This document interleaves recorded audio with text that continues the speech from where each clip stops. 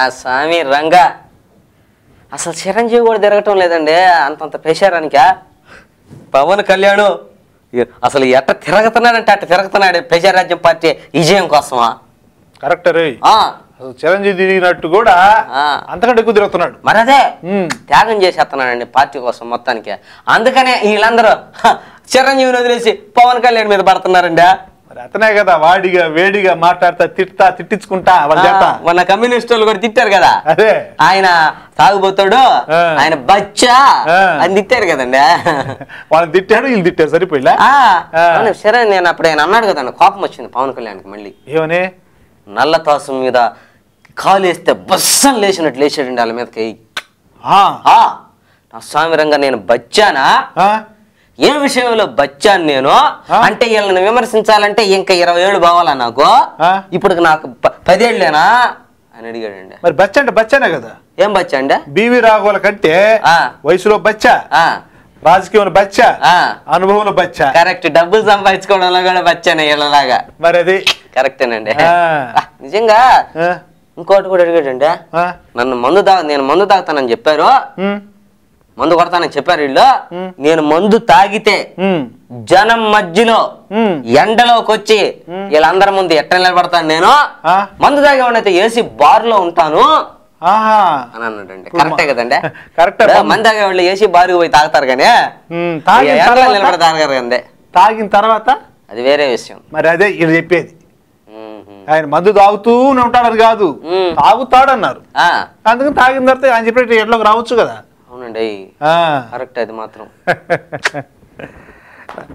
అవునుగానే భీమవరం లేదు చెప్పాడంటే అవునండి ఇన్సిడెంట్ జరిగింది మొన్న ఈ మధ్య ఏంటది మొన్న ఒక రోజు మీటింగ్ పెడితే భీమవరంలో ఈయన 6 గంటలకు మీటింగ్ అన్నారా అవును 6 గంటల దాకా జనాలు రాలేదండి పవన్ కళ్యాణ్ వస్తుంటేనా అంటే అయిపోయింది అప్పుడే ఏమైపోయింది అంతే కదా లెక్క మరి వస్తున్నారని తెలిసినా కూడా ఇంత ముందు ఈడ కోసం జనాలు 5-6 గంటలు వెయిట్ చేసేవాళ్ళు ఇప్పుడు వీళ్ళు జనాల కోసం వెయిట్ చేసే పరిస్థితి వచ్చినట్టుంది అదేనండి అది అయిందా నేను కోపం వచ్చింది ముందు సరే తమాయించుకున్నాడండి పవన్కి ఇప్పుడు వాళ్ళు ఏం చేశారంటే లేదు సార్ జనం తెప్పించేస్తాం ఇప్పుడు తోలిచ్చేస్తామని చెప్పి 2 గంటల టైం అడిగారు ఆయన్ని సరే 2 గంటలు పోయి గెస్ట్ హౌస్ లో కూర్చున్నాడు అండి 2 గంటల తర్వాత కూడా చాలా తక్కువ మంది వచ్చారంటే జనం తోలిన జనం కూడా తక్కువ వచ్చారంటండి ఏమైంది పవన్కి ఏందో నాకు అర్థం కాలేదా వచ్చారా సరే వాళ్ళతో మాట్లాడేసి వాళ్ళని పంపించేసినాక ఆ నిర్వాహకుల్ని ఆ నాయకుల్ని లోపలికి పిలిచి షడామడ వాయించేశాడండి వాయించేసి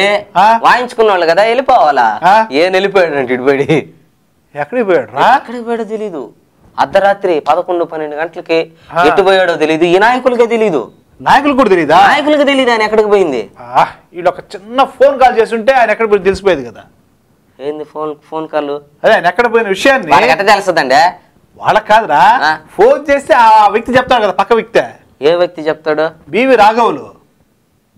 రాఘవులకి పవన్ కళ్యాణ్ ఆడకపోయిందో తెలుస్తుందా విషయం ఓరెవరిని బట్టి అమాయకుడు ఉంటున్నావు కదరా ఆయన ఫోన్ చేసి నువ్వని చెయ్యి ఆయన చెప్తాడు ఏమని ఆయన ఏ బార్ లో ఉండేది ఎక్కడ తొంగునేది ఎక్కడ పడుకునేది ఎక్కడ నిలబడేది అన్ని రాఘవులకు తెలుసురా అంటే ఈయన ఎక్కడికి పోయినా బీవీ రాఘవులకు ఫోన్ చేస్తే ఎక్కడ ఉన్నాడో తెలిసిపోద్ది అంటారు అది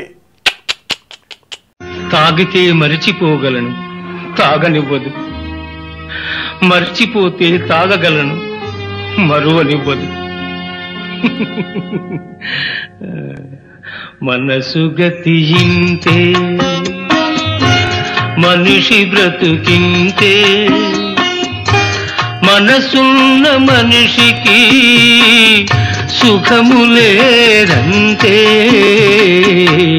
మనసు గతియింతే మనిషి బ్రతుకింతే మనసున్న మనిషికి సుఖములేరంతే మనసు గతియింతే నిజంగా జేసీ దివాకర్ రెడ్డి గురించి చెప్పాలంటే గొప్ప నాయకుడు రా గొప్ప నాయకుడు కాకపోతే అంతలో ఇసుక కుంభకోణంలో ఎట్ట చెప్పాడండి సూర్యారావు ఆయన గొప్ప నాయకుడు కాకపోతే అంతలో వివాదంలో చిక్కుంటాడండి గొప్ప నాయకులు అందరూ వివాదాలు చిక్కుంటారట అంతేనండి ఆ వివాదాల్లో చిక్కోకపోతే గొప్ప నాయకుడు ఖాళీరు అంతే లెక్క ఓహో అట్టొచ్చాను ఇసుక కుంభకోణంలో ఉన్నాడు కదండి ఆయన అది కాదు నేను చెప్పేది ప్రజల కోసం ఆయన ఎవరినైనా ఎదిరిస్తాడు. ఎట్టా ఎవరినైనా మాట పన్నీడు, ప్రజల కోసం ప్రజల పక్షాన్ని నిలబడతాడు ఆయన. ఎట్టండే నాకు అర్థం కాలేదా? ఎట్టంటే మన ఈ మధ్య తాడిపత్రి ఉంది కదా ఆయన నియోజకవర్గం, అయిందే కదా అయితే దాంట్లో పార్క్ ఓపెనింగ్ కి పిలిచారు ఆయన్ని. మంత్రిని పార్క్ ఒక ఓపెనింగ్ మంత్రిని కూడా పిలవకపోతే ఇంకెందుకంటే మంత్రి పదవి నాకు అర్థం కాలేదా? పిలవడం గురించి కదా నేను చెప్పేది, ఆ పిలిచినప్పుడు మాట్లాడే మాటల గురించి చెప్తున్నా. ఓహో పార్క్ ఓపెనింగ్ లో మాట్లాడినప్పుడు మాట్లాడచ్చా? ఆయన ఆవేశంతో అసలు ఈ పట్టణంలో 10 సెంట్లు భూమి కూడా ఈ ప్రభుత్వ అధికారులు అసలు ఉంచలేదా? కనీసం ఒక 2000 మంది కూర్చొని మాట్లాడుకోవాలంటే కూడా స్థలం లేదు. పెద్ద ఆసుపత్రి పక్కన కూడా అసలు స్థలమే లేదు. ఈ విధంగా మొత్తం ఉన్న భూమి అంతా ఈ విధంగా అధికారులు ఇందిరమ్మలకి ఇచ్చేసారని చెప్పేశాడు. అధికారులు ఇందిరమ్మలకి ఇచ్చారా? ఏందో అధికారులు దాన్ని ఏందో తీసేసుకొని లాగేసుకున్నట్టు చెప్పారా ఆయన చెప్పటమా? పట్టణం లేదు కదా స్థలమా? చూడు ప్రజలు ఎంత అసౌకర్యంగా ఫీల్ అవుతున్నారని. అవునండి, ఆయన మాట చెప్పకూడదు కదా. ఇందిరమ్మ ఇల్లు అంటే కాంగ్రెస్ పార్టీ కదండి. అదే నేను ముందు చెప్పింది నీకు. ఆయన ఉండేది కూడా కాంగ్రెస్ పార్టీలోనే కదా. అదే నేను చెప్పింది, ఆయనకు పార్టీలు ముఖ్యం కాదు, ప్రజలు ముఖ్యం. అబ్బా, అందుకని ప్రజల పక్షంలో ప్రజలకు ఎంత అసౌకర్యంగా ఉంది. 10 సెంట్ల భూమి కూడా లేదంటే ప్రతిపక్ష నేత మాట్లాడాడు. అది అందుకు గ్రేట్ జేసీ దివాకర్ రెడ్డి ప్రజల పక్షాన మాట్లాడారంటారు. అది ఒక మంత్రిగా ఉండి ప్రజలంటే ప్రేమ అంటారు. అంతే, ప్రేమ ఎక్కువైపోయింది. అవునరా, ప్రజలంటే ప్రేమ, మంత్రి కదా. ప్రజల మీద ప్రేమ కాదండి అదే, మీకు అట్ట అర్థమైనట్టుందే. ఇంకెవరి మీద? ఆయన కబ్జా చేయడానికి 1 సెంటు భూమి కూడా లేదని ఆయన బాధ. ఊరు మనదిరా, ఈ వాడ మనదిరా, పల్లె మనదిరా, ప్రతి పనికి మనవురా.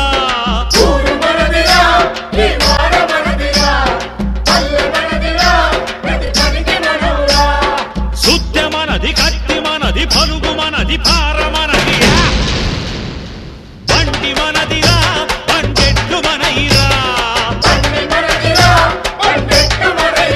నడుమ దొరగేందిరో, ఆడి పీకుడేందిరో, చాలిం కౌను రే ఉస్క చులు క్యారే. ఏమండే, అసలు ఈ రోజుల్లో ఎవరిని నమ్మాలో అర్థం కావటం లేదండి. మీ యాడ్ నేను మోసం చేసిందంట కాదండి, అస్సలు రాజకీయ నాయకులను అస్సలు నమ్మకూడదు అనిపిస్తుందండి. రాజకీయ నాయకులు అమ్ముకున్నాడు నట్టేట మునిగినట్టే కదంటరా. మరి అదే కదండి, ఇప్పుడు మావోయిస్టుల విషయం చూడండి, మావోయిస్టులను కూడా మోసం చేస్తున్నారండి రాజకీయ నాయకులు. మావోయిస్టులు రాజకీయ నాయకులు మోసం చేస్తున్నారండి. అదెట్లా? అంతకుముందు 2004వ సంవత్సరంలో అవును ఎలక్షన్ జరిగినప్పుడు కాంగ్రెస్ పార్టీ ఆ మావోయిస్టులతో కూడా వాళ్ళతో పొత్తు పెట్టుకుందా? అవునవును రే, రాజశేఖర్ రెడ్డి అప్పుడు చెప్పాడు కదా, మావోయిస్టులు మాకు సపోర్టు, మేము వాళ్ళని అవి చేస్తాం ఇవి చేస్తాం చెప్పాడా? అవును, వాళ్ళ సపోర్ట్ తోటి అధికారంలోకి వచ్చిన తర్వాత చర్చిలు కని పిలిచి పెట్టలను కాల్చినట్టు కాల్చి అవతల పారేశారా? కూంబింగ్ జరిపి మొత్తం అటాక్ అటాక్ అటాక్ అని కొట్టి అవతల పారేస్తున్నారు కదండి. అడవుల్లో ఉంటే వాళ్ళని పిలిపించి వాళ్ళు ఎక్కడి నుంచి వస్తున్నారు చూసి ఆ దారి కనిపెట్టి ఎన్కౌంటర్ వాళ్ళ స్థావరాలు చూసి మరీ కాల్ చెప్పేశాడు. మోసం కదండి, నమ్మక ద్రోహం కదా. ఇప్పుడు సాంబశివుడు అదే మాట చెప్తున్నాడండి. మన లొంగిపోయిన సాంబశివుడు ఏం చెప్పాడంటే, నేను మా ఎంపీ మాటలని లొంగిపోయాను, నల్గొండ ఎంపీ ఆయన చెప్పబట్టి నేను వచ్చాను, నీ మీద కేసులన్నీ ఎత్తేస్తామో, నువ్వు వచ్చి దీంట్లో జనజీవన శ్రమంలో కలిసిపో అని చెప్పాడా? ఆ మాటలకు నేను నమ్మి వచ్చాను, నన్ను మోసం చేశారు, ఇప్పుడు నా మీద కేసులు ఏమి ఎత్తనంటున్నారు అన్నాడండి. మోసం చేసినట్టే కాదండి, కరెక్ట్ రే, మోసం చేసినట్టే ఇది. మన ఇంకో మాట కూడా చెప్పాడండి ఆయన సాంబశివుడు. మొన్న ప్రజారాజ్యం పార్టీలో మన చిరంజీవి సమక్షంలో మావోయిస్టులు పార్టీలో చేరారని వచ్చింది కదండి. దాని మీద అడిగితే ఆయన్నే అస్సలు ప్రజారాజ్యం పార్టీ చిరంజీవి పార్టీలో చేరినోళ్ళు నిజమైన మావోయిస్టులు కాదు అని చెప్పేశాడండి. నిజమైన మావోయిస్టులు కాదా అని చెప్పాడు. నీకు తెలుసు కదా మావోయిస్టులు ఎవరు ఏందనేది. అసలైన మావోయిస్టులు ఎవరంట? ఎవరైతే వయసు అయిపోయి ఓపిక అయిపోయి కాళ్ళ నొప్పులు కీళ్ళ నొప్పులు బాధపడతా నా స్వామి రంగా జనజీవన స్రవంతిలో ఎవరైతే కలిసిపోవాలనుకుంటారో వాళ్ళు నిజమైన మావోయిస్టులు. అధికులని అధములని నరుని దృష్టిలోనే భేదాలు, శివు దేవుని దృష్టిలో అంతా సమానులే.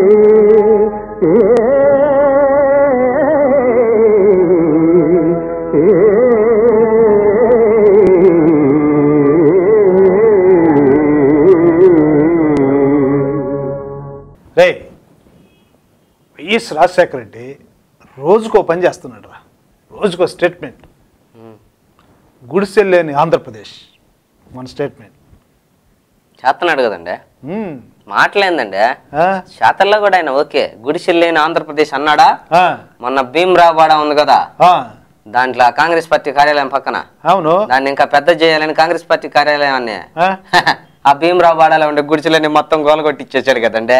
గుడిసెలు లేని ఆంధ్రప్రదేశ్ కి మొట్టమొదటి ప్రయోగం సక్సెస్ అయిపోయిందండి రాజశేఖర రెడ్డి గారికి. రైతులు లేని ఆంధ్రప్రదేశ్ కూడా చేస్తున్నాడు ఆయన. రైతులు లేని ఆంధ్రప్రదేశ్ చిన్న విషయం కాదండి.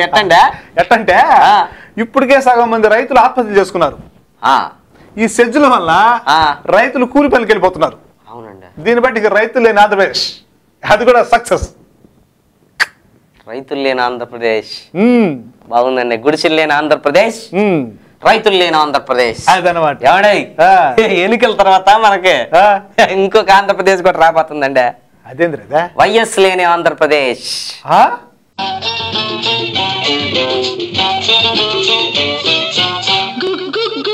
గుడిసుంది మంచముంది, గుడిసుంది మంచముంది, గుడిసే మంచం మడిసే లేక అంబో అంటున్నవి, అంబో అంటున్నవి.